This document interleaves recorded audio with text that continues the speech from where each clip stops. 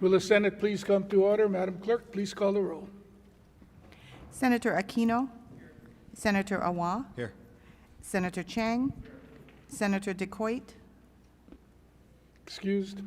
Senator Dela Cruz. Senator Elefante. Here. Senator Favela. Here. Senator Fukunaga. Senator Gabbard.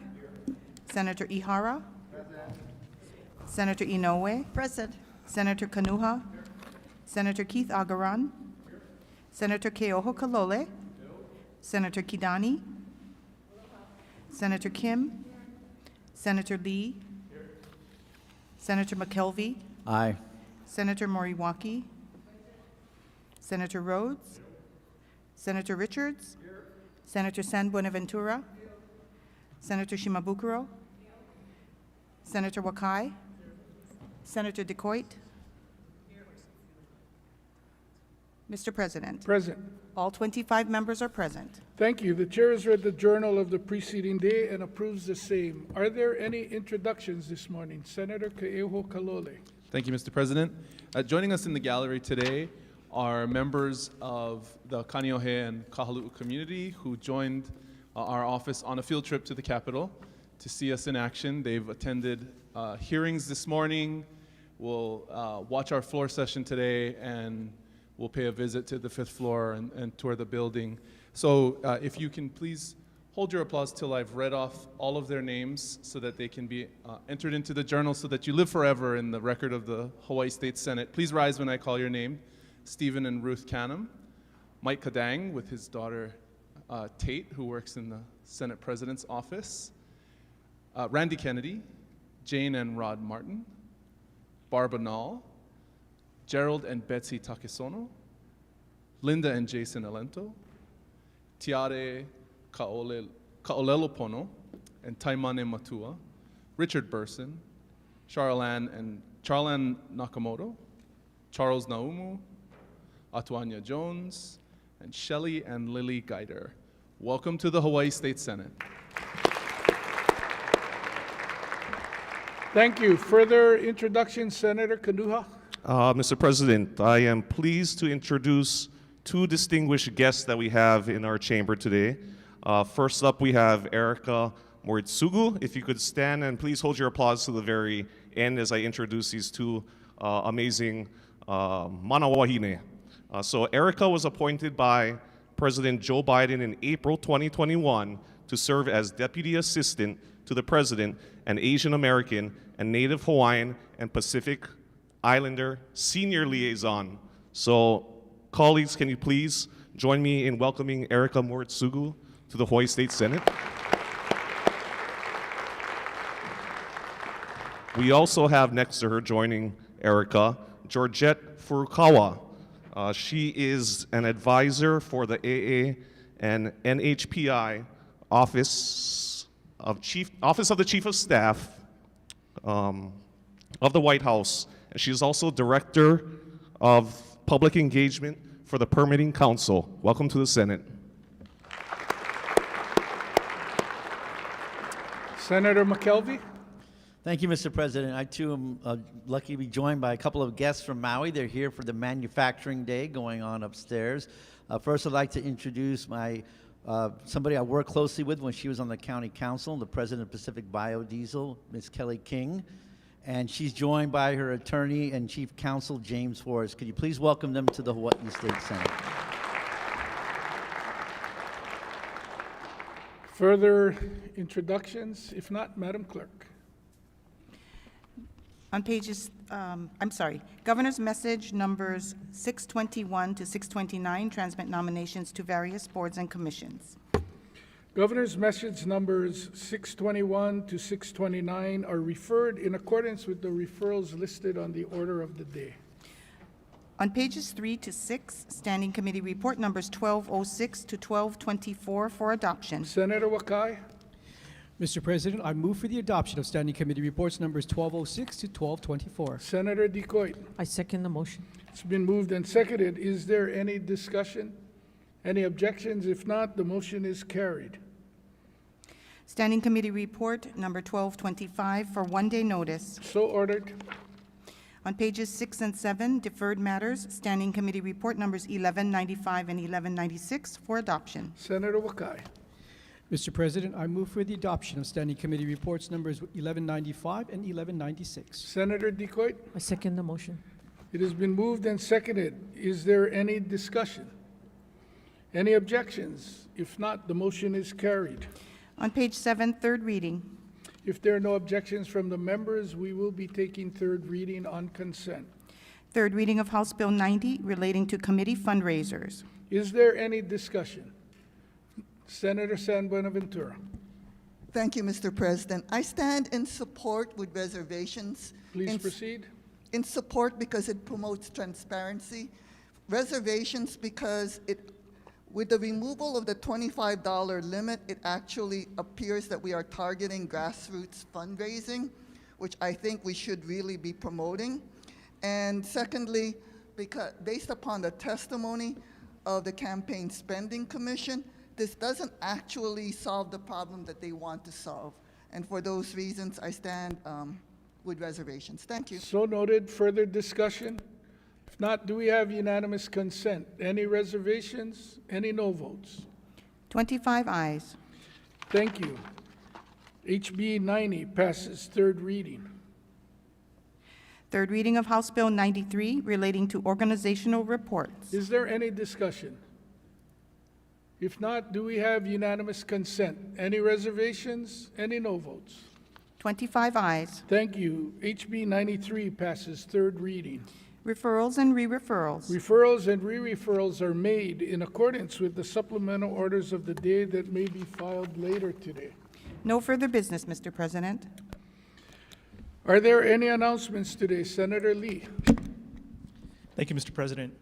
I rise to request a waiver of the public notice requirement pursuant to Senate Rule 21 to hold a hearing on a proposed draft for HB 110 HD1. There have been a few developments late in the process we'd like to consider, but also want to make sure the public has an opportunity to comment and provide testimony. The waiver is granted. Senator Lee. Thank you. Your Committee on Transportation and Culture and the Arts will hold a public hearing on this measure on Thursday at 3 p.m. in Conference Room 224. The notice will be filed in the clerk's office this afternoon. Thank you. Are there any further announcements? Senator Decoit. Thank you, Mr. President. For those of you who didn't get a chance to make your way around the fourth floor today, we're having Manufacturing Day. It goes to 1 o'clock this afternoon, so check it out. Thank you, Mr. President. Thank you. I know that Hawai'i cookies are among the items featured on the tables at Manufacturers Day. Any further announcements? Senator Favela. Yeah, Mr. President, I wish to stand and on a point of personal privilege. Please proceed. Thank you. Governor continues to criticize and condemn my colleagues and I for doing our jobs and our constitutional duties. To quote you, Senate President, last Tuesday, you said you were troubled when the governor said we should just give him a chance and let everyone that he nominates confirmed to be nominated and confirmed just because. I agree with you, Mr. President. If that were the case, then the law would simply be written that the governor appoints who he wants to have on his team. By the law, instead, says that the Senate has a duty and responsibilities to advise and consent. It is the responsibility that everyone in this chamber takes very seriously. Thank you, Senate President. Thank you, Senator Favela. Any further announcements? Senator De La Cruz. Point of personal privilege. Please proceed. Thank you, Mr. President. I should be getting a royalty for the amount of time Civil Beat insist on featuring me in their mostly interesting but fictional stories. I get it. Like the senator from Ka'ava mentioned in his moment of contemplation, there are heroes and villains. That storyline sells. But really what we should be after are the facts and the truth. I don't get the fact that the Senate is in chaos. And if that's a member's reality, well, bills are moving, committees are meeting, the budget is getting crafted. Those who feel that there is chaos should probably get more organized and focus on their work instead of the hype. Going back to the facts and the truth is several of us had voiced concern about a nomination that was referred to the Waterland Committee. Fact one, concerns are based on past performance, lack of outcomes, and issues brought up by current staff overseen by the nominee. Fact two, in a leadership meeting, when these concerns were being discussed, the subject matter chair did not dispute them. The subject matter chair's response was to vote your conscience. Other colleagues also had mentioned that they had been approached by Office of Planning staff with concerns. When people get frustrated, they start calling others names, creating the narrative of heroes, villains, and bullies. We need to stick to the facts and focus on the people's work, solve our state's most challenging problems. We have a responsibility to vote and vet for the nominees. As a member of the COVID committee, I saw firsthand many instances where the administration froze, were not up to the challenge, and responded slowly. We have to do our job. We have to feel confident that these nominees are up to the challenge. Thank you, Mr. President. Thank you. Any further announcements? Senator Kim, Mr. President, I rise on personal privilege. please proceed. Thank you. Mr. President, I think it should be made known to the public that as a member of this body, we are all entitled to sit in on any committee. That is the only time that a member has the opportunity to ask questions. Because if you wait till we get to the floor, we cannot ask the nominee questions or ask about a bill questions. And so to be chastised, as I was, by the governor, that I went into a committee that I was not a member, we have every right to do that. And I invite any member to sit in on my committee. If you have questions, you are so welcome to come in. And I've always had that opportunity. And I know many of you have invited me to sit in your committees. And so I think we should go on the record to let the public know that that is our right. I may not vote in those committees, but we have every right to be in the committee, to know what's going on. Otherwise, how can you vote on this floor if you're not part of the discussion? And that is what we also get criticized for, that we make our decisions before we even hear what the public has to say. So I think that we should go on record, and that should be well known to everyone. Thank you.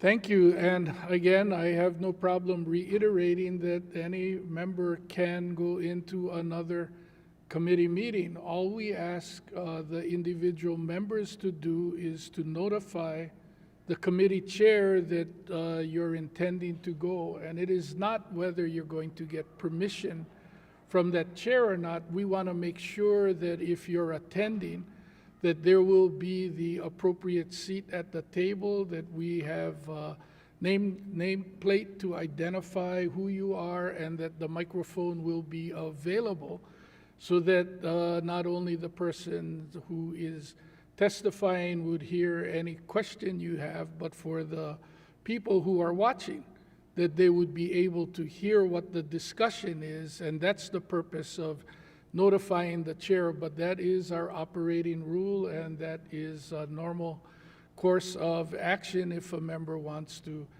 attend a different committee.